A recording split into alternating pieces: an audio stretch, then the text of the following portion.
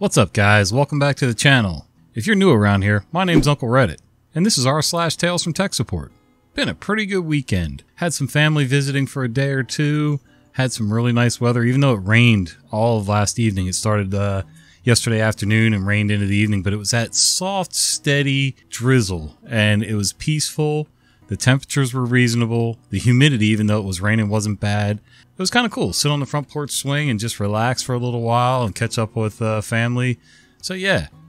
Alright, let's read some stories. That's not compressed air. So I'm a manager of a grocery store, and we have multiple automated self-checkout machines. One of our machines was down with a coin dispensing error. I opened the machine up, did everything I've been shown in the past to clear any errors we had, and nothing worked. One of my other managers called into our IT department, and they called us back an hour later and got us in touch with the tech that fixes these machines to do some over-the-phone troubleshooting. About 15 minutes later, I end up walking by, and she's on the phone with the tech, and I asked, "Is everything okay?" She said, "Yeah, everything's going okay. The tech had me clean inside and blow everything out." I look over, and there's a can of WD-40.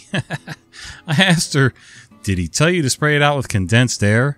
And she said, "Yeah, that right there."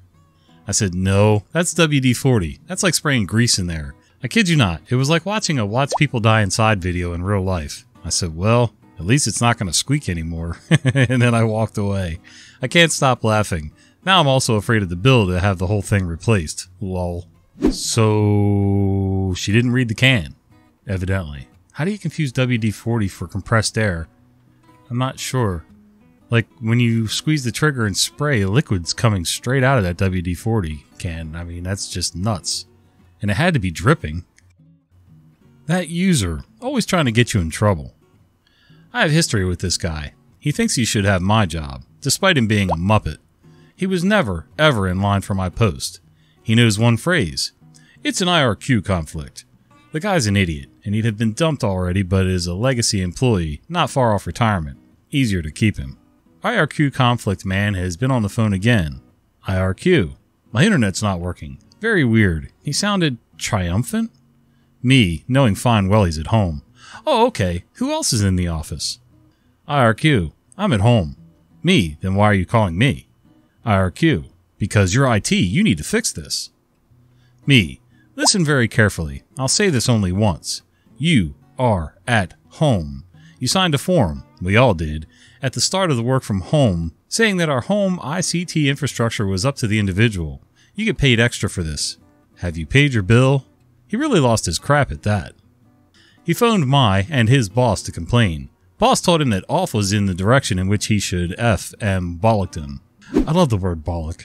I don't know why. Giving somebody a good bollocking, there's something about it. If I could only say it with the proper accent, and it doesn't have to be any special accent, anything from Ireland, Northern Ireland, England, I think it would just give it a nice ring. But really, I don't do it justice with my US East Coast redneck accents. So, yeah. We'll leave that to the Europeans, I guess. You need to help me now. Background.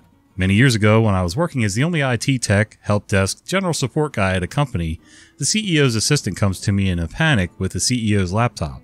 Turned out Windows XP had caused one of the not uncommon F-ups of its boot sequence. Not a big problem, just time consuming as you had to run check disk in repair mode on the system disk.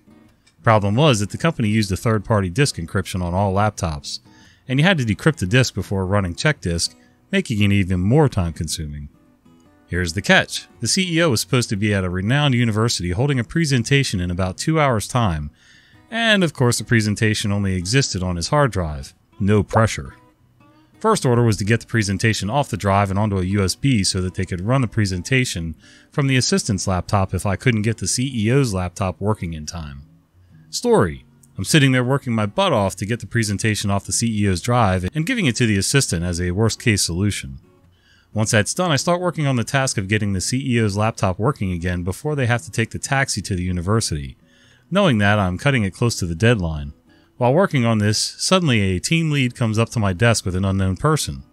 Team lead. Hi OP, this is Part-Timer. He's starting today and I need you to set up a new account, email and laptop for him right now so he can start working. Have you submitted this with HR because I haven't seen any tickets about new recruits? Requests about new recruits are supposed to be submitted via HR at least 2 days before their first day for me to have time to get their accounts and equipment ready. But many managers and team leads, and this one in particular, tend to ignore that. Team lead: no, but I need you to get this done now so we can start working with blah blah blah project. OP: I can have his equipment done after lunch. Team lead: no, you need to fix this now. OP: I'm sorry, but that's simply not going to happen. See that laptop? That's the CEO's laptop that I'm currently working on, and he needs it for a presentation at university in about an hour. And currently it's as useful as a brick for that purpose. Team lead: but... OP, in a fed-up snarky tone: but I'll tell you what, if you call the CEO and explain to him that your part-timer getting his equipment is more important than the CEO getting his laptop before the presentation, and he's okay with it, then I'll prioritize your request. Team lead looking defeated: so after lunch? OP, I'll message you if I get it done earlier. In the end, I had the CEO's laptop up and running within about 15 minutes. In the end, I had the CEO's laptop up and running with about 15 minutes to spare before deadline. And from what I heard from the CEO's assistant, the presentation was a blast. And I got a personal thank you from the CEO the next time we crossed paths in the office. The team lead's part-timer got his equipment before lunch, and team lead hopefully learned a lesson. Probably not. And for anyone wondering, I had a mandate from management to prioritize any support requests at my own will, especially since I explained that I will prioritize based on what would affect most people or money, and how long the issue would take to solve. Furthest down on my priority list was equipping new recruits that we had not been informed about in due time. Exactly. Your lack of planning doesn't make this an emergency for me. I have no obligation to be all worked up and in a hurry to get things done for you and your part-timer. People like that drive me nuts. My own kids do that. My boys, they work part-time for the local AA ball club up here. And, they'll come to me and say, so are you taking us to work? Did you tell me you needed to go to work? Like, did you give me your schedule ahead of time? Did you tell me yesterday? Did you call me earlier while I was at work? Nope. I mean, I'll take them because they need to work, but they're going to suffer that whole ride to the stadium. Can it wait? This didn't happen to me, but a friend of mine who was a DBA. He had joined the same time as me, but was one of the few ones who had overseen a critical migration and release of a new product. He had been training under the best for a while and had a reputation of being reliable, cheery, and efficient at his work. This tale happens after a long week where he's had a few drinks with us on a Friday night and is sleeping soundly. He gets a call at 2:30 a.m. from one of the interns in another department. Hello, is this DBA? DBA, hungover and sleepy. Yeah, who's this? Intern. Hi, I'm intern and we need you to optimize and run this SQL script for X product. DBA. Do we need to do this now? Intern. Yes, this is urgent and has to be done for a client report that's due on Tuesday. DBA. Tuesday? How much time does this script take to run? Intern. 15 minutes probably. DBA. Why can't we do this on Monday? Intern. I was supposed to complete my work by today, but it took a lot of time and I need this now. DBA. Extremely annoyed by now. And you expect me to work at 2:30 because you didn't finish your effing work on time? Intern, after some silence. Sorry, let's talk on Monday. Thank you. Click. He says that he didn't even feel bad for yelling or cursing at the boy because he was calling at such an ungodly hour. The script was run on Monday before lunch. Another one who didn't meet his deadline and now you have to help him make up for it. Right. Genius. That's not a good way to go from intern to full-time employee, by the way, just so, those of you that don't already realize that know. 6-hour wild goose chase on a problem that didn't exist. I run an IT company in India. I got a call yesterday from another IT company who's building an application for their client. They told me they need to install an SSL certificate and they had no idea how. Here I was, scratching my head thinking, how hard is it to just Google it? They asked if I can help them and I said yes, so they connected me with their developer, and I was on a Zoom call with him.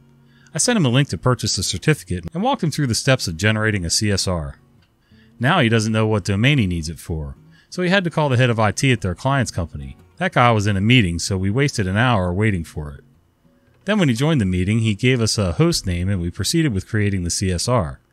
Then it turns out it's just a host name they use internally on their LAN, and it's not even a registered domain. Facepalm.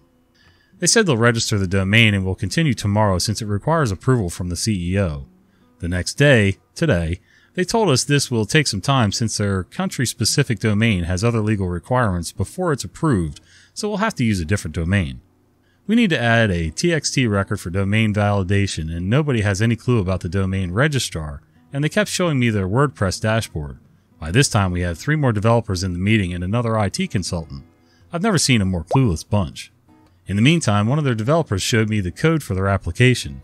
I look at it and realize they just needed to connect their application to an external HTTPS API. They don't need an SSL certificate themselves. They said the API was not connecting, so they assumed they needed an SSL certificate. Facepalm again. I asked them to open the API endpoint in the browser, and it was timing out. It was just a firewall issue. Then again, we had to wait for their client's head of IT to join the meeting and check their firewall settings. He couldn't figure out, and he asked the developers to just use another server. They did that and everything worked. Everything was working all along, and we wasted only 6 hours of our time. It sounds like most of these guys had no business doing the jobs they were doing. How did they get there?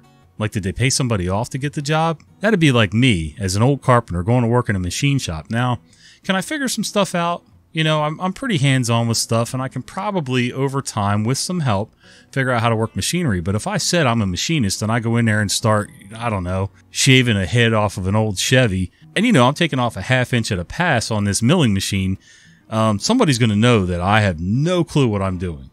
I mean, seriously. Or that it's not smooth. Maybe I did, you know, one level on this pass, then dropped down and did another level on that pass, you know. It just looked all jaggedy. Or maybe, I know, I'll go into business as a baker. I'll bake wedding cakes. Can I make those out of wood? User didn't get external emails for 6 months before realizing. Come along with me as we venture into this beautiful time-traveling adventure where I help the user that they may be missing a few emails. I hated my job. Still hate the place, and I'm long gone. If I won the lottery, I'd buy the place and shut the place down overnight. One of my many loathsome tasks was taking instructions from the most unintelligent of life forms. Action the ticket and fix the problem.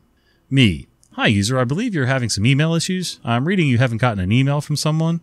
User. Yes, that's correct. I'm waiting for a business-related item from someone outside the firm. I want to be very clear. This guy is sound. He was not a dick during this or any other time. So I hop on his laptop, not physically because that's a method to get no emails. I quickly see that he's connected to Exchange alright. I fire him a test email and wait. Click send, receive. Doubt my abilities to do simple data entry. Send a second test email double checking his email, but no. No email from me. I begin trawling the big complex MSP brain and quickly think the next course of action. Sophos email.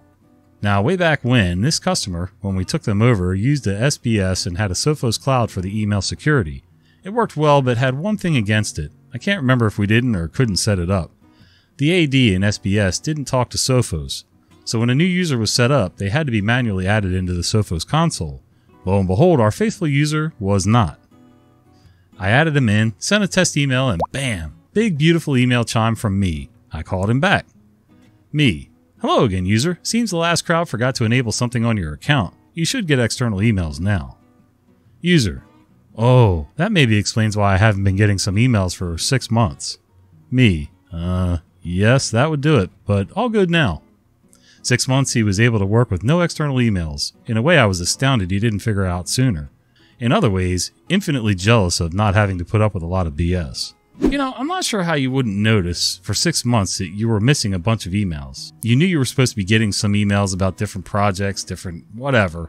Wouldn't you notice after a while there was a trend like, hey, I'm supposed to have this information. They said they emailed it, but I don't see it. I mean, I'm a little slow, but I'm pretty sure I'd figured that out long before 6 months came and went. Well, hey guys, I hope you enjoyed these stories, and if you did, do me a favor. Would you mind clicking like on this video, maybe subscribe to the channel, and click that little bell icon so you don't miss the fat guy with the beard telling you stories. See ya!